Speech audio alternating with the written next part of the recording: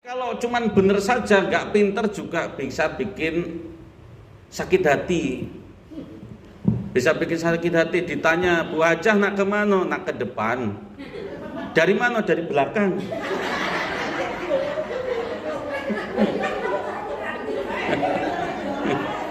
Bener apa enggak?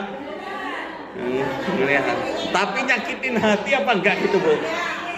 Bikin belajar ilmu tidak diikat dengan akhlak, tidak diikat dengan adab, maka ilmu itu akan menjadikan orang yang punya ilmu jadi sombong. Orang sudah belajar ilmu tinggi, fikih sudah mahir, apapun sudah bisa, kok tidak diikat dengan akhlak, kok tidak diikat dengan adab, maka ilmu itu akan menjadikan orang ini jadi sombong. Makanya Imam Ibnu Hajar al-Asqalani tidak pengen kalau orang nanti belajar ilmu sudah bagus, sudah khatam, sudah pinter, kok jadi sombong karena ilmunya. Lah orang sombong ini kan macam-macam, Bu. Orang sombong ini macam-macam.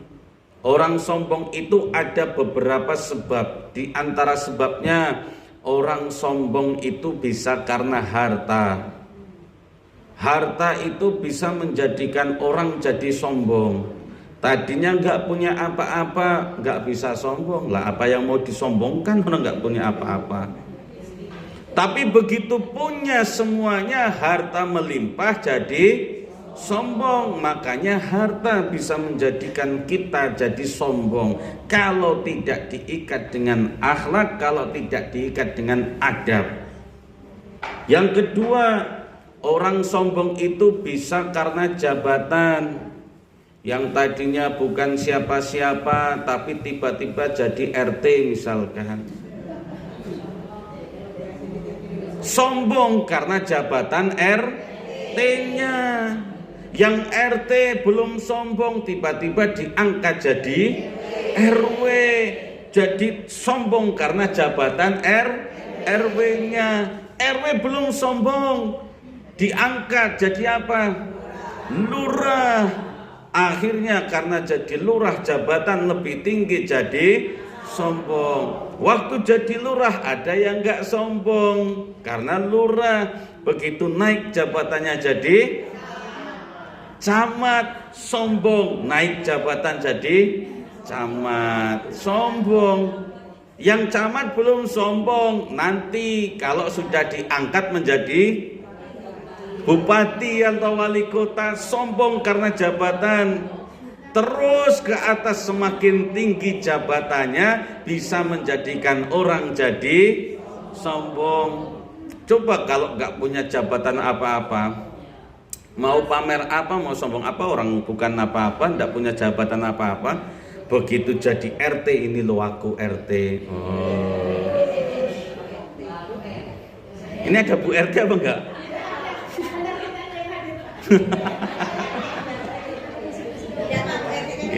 Ya, Bu RT-nya enggak sombong.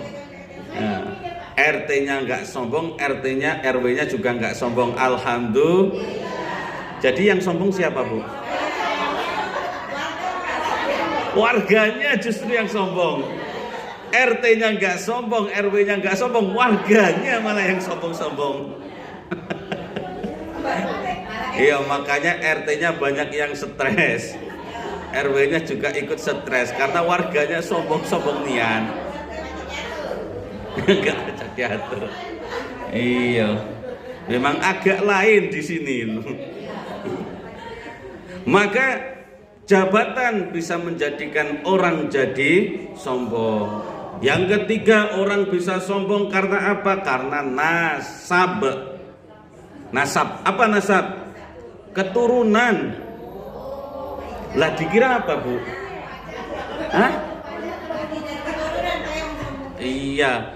Orang itu bisa sombong karena keturunan. Bukan keturunan sombong.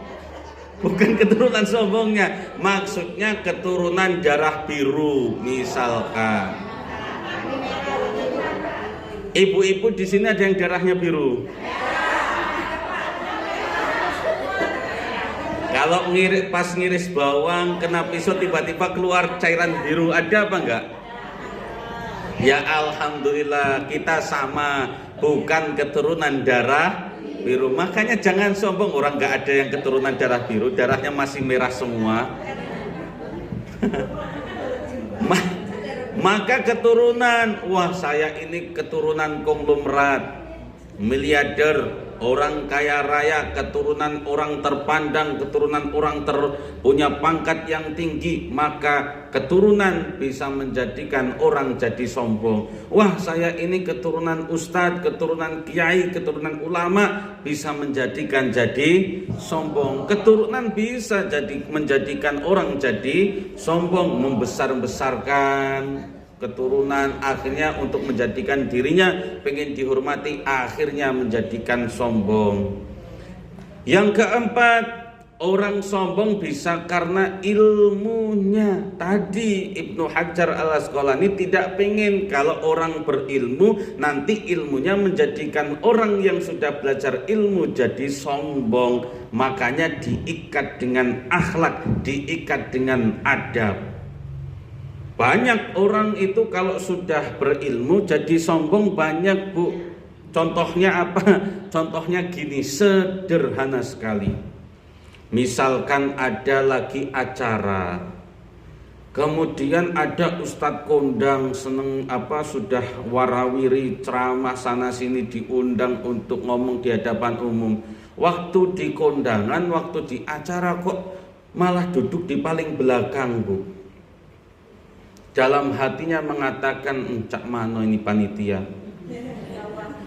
tidak tahu aku ini, tidak tahu aku siapa aku, masa aku disuruh duduk di belakang, seharusnya aku ini di depan, siapa aku bu itu. Daripada nunjuk wong aku ini mak ini aku lah. Iya.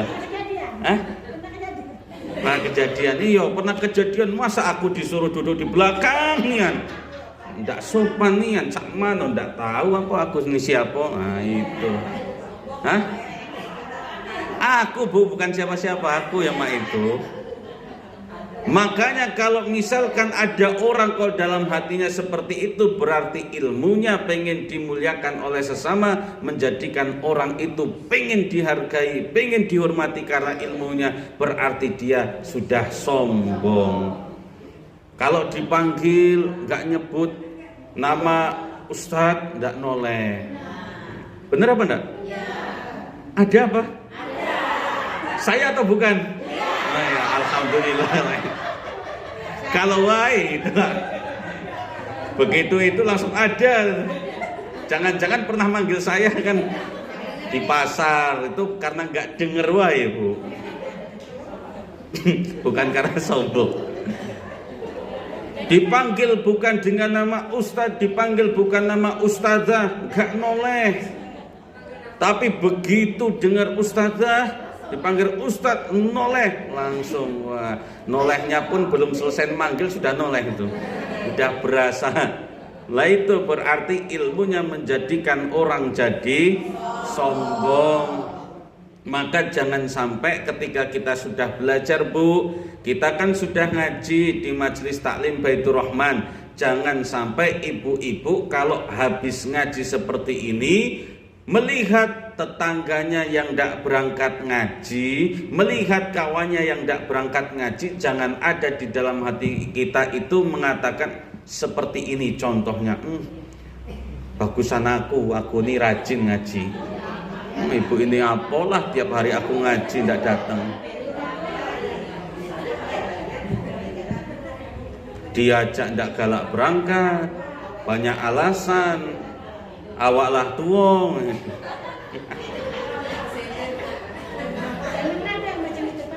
Memang ada ya. Tapi insya Allah tidak ibu-ibu majelis taklim Baitur Rahman. Tidak. Kalau di sini tidak ada bedanya kayak gitulah.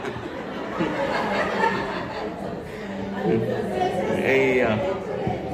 Makanya bu, Kita itu belajar di sini adalah ngaji. Apa itu ngaji? Kalau kata orang Jawa itu ngasah jiwa.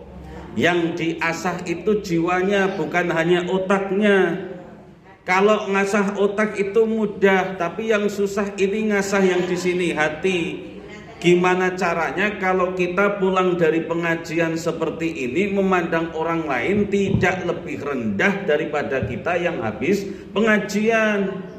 Jangan sampai kita itu melihat orang yang tidak galak ngaji, diajak banyak alasan, kemudian kita membenci orang itu. Itulah pentingnya kita ngaji, yang diasah jiwanya, yang diasah hatinya. Agar apa? Tidak ada penyakit hati di sini. Ya sudah, Bu, tugas kita itu mengajak. Kewajiban kita hanya sebatas mengajak. Masalah hidayah, dia mau berangkat atau tidak, mau dia nanti ikut ngaji atau tidak, itu urusan Allah Subhanahu wa ta'ala. Jangan kemudian yang diajak tidak galak, kemudian kita tidak dimusuhi, nanti jadi geng-gengan. Ya, geng ngaji sebelah sini, geng tidak ngaji sebelah sini. Akhirnya nanti malam-malam tawuran, ribut nanti. Saya juga ikut dipanggil Pak Babin nanti kalau itu. Ini gimana ini?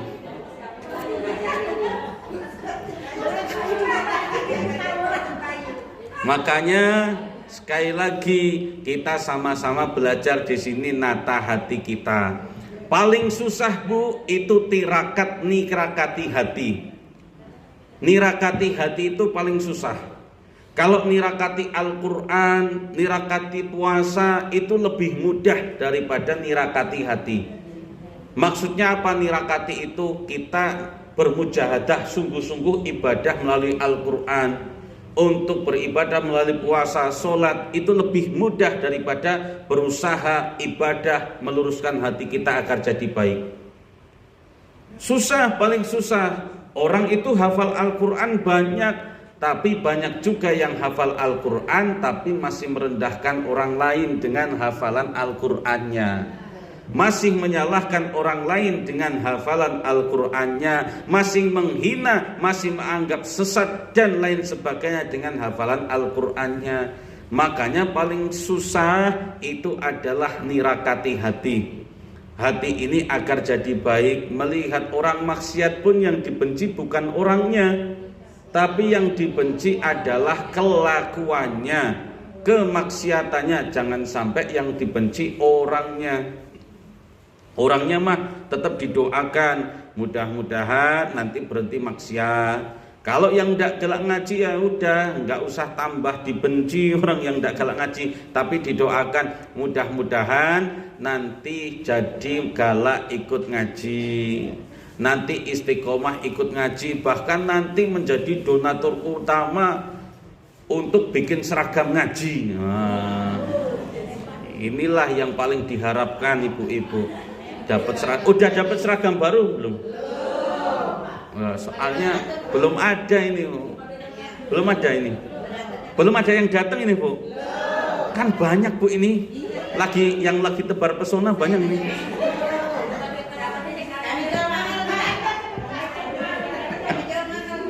Oh, jual mahal, Bu, ya, betul. Pokoknya kalau bahannya tidak bagusnya jangan galak.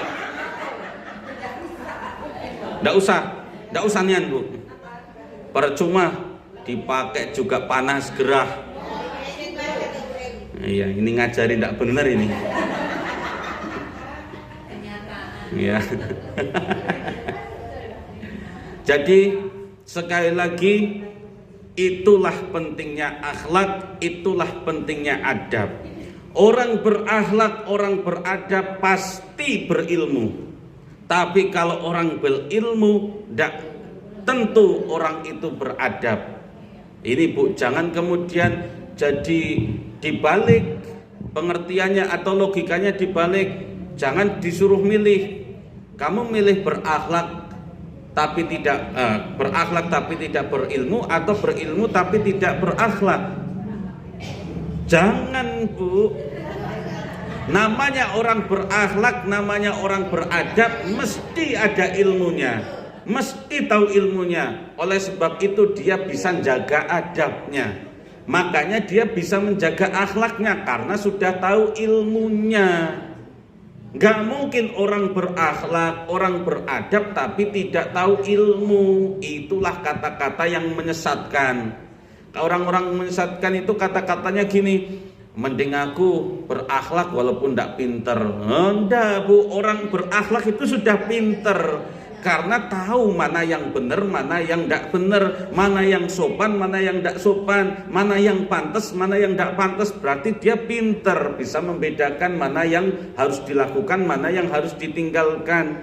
Sedangkan orang pinter tidak mesti dia berakhlak, nggak mesti. Contoh sederhana, Bu, contoh sederhana.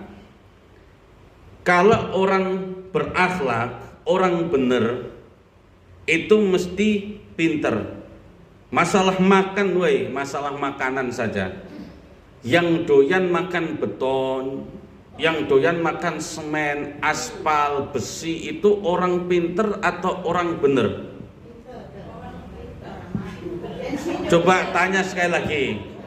Yang doyan makan semen, pasir, koral, batu bata, kemudian cor-coran, besi, semua dimakan, itu orang pinter apa orang bener? Orang pinter, Bu. Kalau orang pinter itu semua nak dimakan, ya semen dimakan, cor-coran dimakan, semua nak dimakan. Tapi kalau orang bener makanannya bukan semen, cukup nasi rendang itu udah nikmatnya luar biasa. Cukup sepiring nasi beserta lauk pauknya yang komplit itu sudah mengenyangkan. Itu kalau orang benar. Tapi kalau orang pinter tidak diikat dengan akhlak, tidak diikat dengan adab, akhirnya pinternya jadi keblinger. Iya, apalagi jadi keminter. Orang kalau sudah keblinger dengan kepintarannya, apalagi merasa kepinter dengan kepintarannya, maka akan muncul akhlak yang namanya akhlakul ngeyeliyah. Hah? Iya, ngeyeke wong. Orang kalau pinter, kemudian dia merasa pinter, artinya keminter, kalau dibenarkan mesti ngeyel. Betul apa betul? Kayak ibu-ibu itulah ngeyel.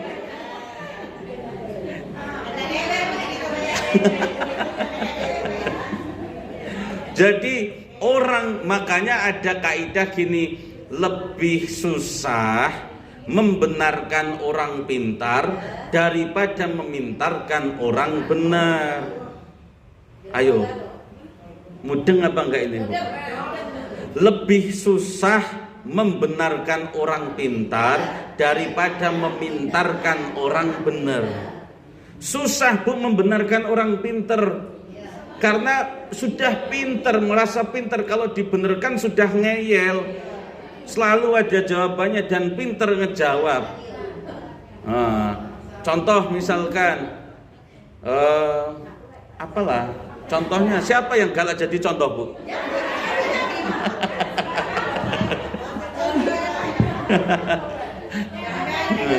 Nah, jangan ibu-ibu, ngambil aman misalkan bapak-bapak, karena tidak ada bapak-bapak. Jadi gini, ada bapak-bapak di pangkalan ojek, di pos ronda, kemudian judi. Ditegur sama tetangganya, Pak, tiap malam judi kasihan anak istrimu nggak diurusin, itu lemaklah untuk nafkah anak istri, buat jajan anakmu, buat beli beras istrimu, daripada uang kamu buat judi.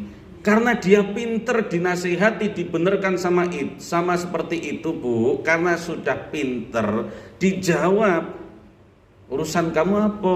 Duit-duit aku begawe-begawe dewe, ya urusan aku. Nak judi kayak, nak untuk beli minuman keras kayak. Iya, ndak minta sama kamu. Ini duit aku, hasil kerja keras aku, terserah aku nak digunakan untuk apa. Nak untuk judi, nak untuk mabuk, kayak terserah duit-duit aku, ndak minta sama kamu. Pinter bener apa ndak? Iya, orang pinter tapi nggak bener, Bu. Nggak bener. Tapi kalau cuman bener saja, nggak pinter juga bisa bikin sakit hati. Bisa bikin sakit hati. Ditanya, Bu Hajah nak kemana? Nak ke depan. Dari mana? Dari belakang.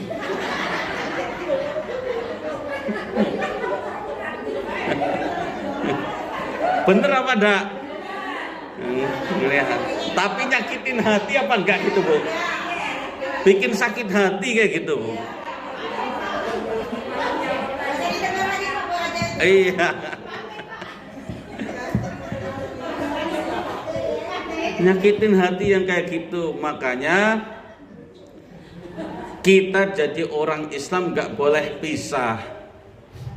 Ya harus pinter, ya harus benar, ya harus berilmu, ya harus berakhlak. Kalau berakhlak ya harus berilmu, pasti berilmu. Lah inilah yang harus kita pegang. Namanya kita hidup, kadang punya tetangga yang macem-macem. Kita punya kawan yang macem-macem, bahkan yang jamaah pun pengajian juga macem-macem. Walaupun ngajinya bareng, keluar dari sini kadang beda pilihan. Bukan itu, bukan ke arah sana. Maksudnya tuh beda pendapat, bukan pilihan yang itu. Jangan ngarah ke situ. Ini kalau ngarah ke situ itu kayak jalan di pinggir jurang, Bu. Salah dikit kita masuk jurang gitu. Nah, makanya walaupun ngajinya bareng di sini, walaupun ngajinya sama-sama di sini, kadang kalau sudah keluar pun beda pendapat, gontok-gontokan, akhirnya saling diam-diaman. Lah itu yang tidak diinginkan dengan hadirnya acara majelis ilmu seperti ini.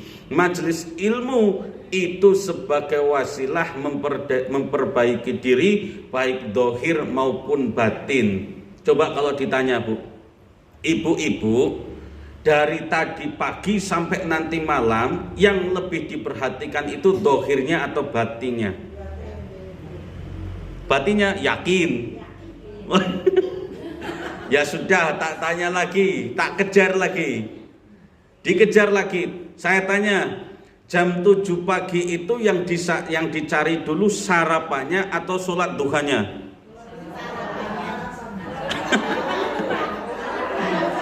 Hah? Ya sudah, oke. Ibu-ibu mau berangkat majelis taklim itu niat yang dibenarkan atau make up yang dibenarkan? Wih, Masya Allah.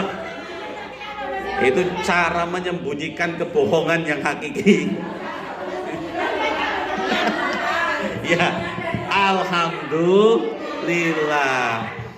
Sekali lagi, ibu-ibu itu waktu mau berangkat majelis taklim lebih peduli dengan kesucian. Kesucian itu kesucian hati maupun kesucian jasmani, atau memperindah tampilan dengan nyetrika kerudung, nyetrika pakaian. Lah ini kenapa saya tanya gitu, karena di dalam diri kita itu kan ada unsur jasad, ada unsur ruh, ada jasmani, ada rohani. Dan terkadang kita sehari full itu hanya peduli dengan jasmani kita. Kita itu kalau di mata ini ada beleknya saja udah, waduh ada beleknya ini, langsung. Atau ada upilnya kelihatan langsung budi ini. Kenapa? Takut ada yang tidak pantas yang di wajah. Tapi kalau ada yang lekit di hati, ada penyakit di hati, kita terkadang membiarkan. biarlah, akhirnya jadi benci sama orang, akhirnya jadi nggak suka sama orang, dibiarkan. Padahal kalau ada yang nempel saja di sini, ibu kejatuhan tai cicak di sini, itu mesti dibuang, Bu. Iya enggak? Apa nak dibiarkan di sini? Biarlah untuk hiasan, untuk variasi. Mesti nggak mau ada kotoran di sini, mesti nggak mau. Begitu juga seharusnya kalau ada kotoran di sini, begitu masuk maka cepat-cepatlah berzikir, cepat-cepatlah kita ingat sama Allah. Astagfirullah, kenapa aku jadi benci gara-gara ngaji kok malah membenci orang, gara-gara ngaji kok malah menyalahkan orang, gara-gara ngaji kok malah merendahkan orang. Maka berarti mulai ada penyakit di dalam hati, mulai ada kotoran. Kalau ada kotoran nempel di tangan, di dahi aja cepat-cepat dibersihkan. Seharusnya kalau ada kotoran masuk di dalam hati kita juga harus cepat-cepat dibersihkan. Nah, selama ini kita itu terkadang lebih sering membersihkan kotoran yang dohir, tapi susah dan enggan membersihkan kotoran batin. Betul apa betul? Ya alhamdulillah kalau ngakuin. Nah, itulah yang perlu kita tekankan. Makanya ibu-ibu, mudah-mudahan setiap kali majelis taklim seperti ini benar-benar menjadikan diri kita ini tidak hanya bagus dohirnya, tapi juga bagus batinnya. Amin Allahumma amin, Allahumma amin ya rabbal alamin.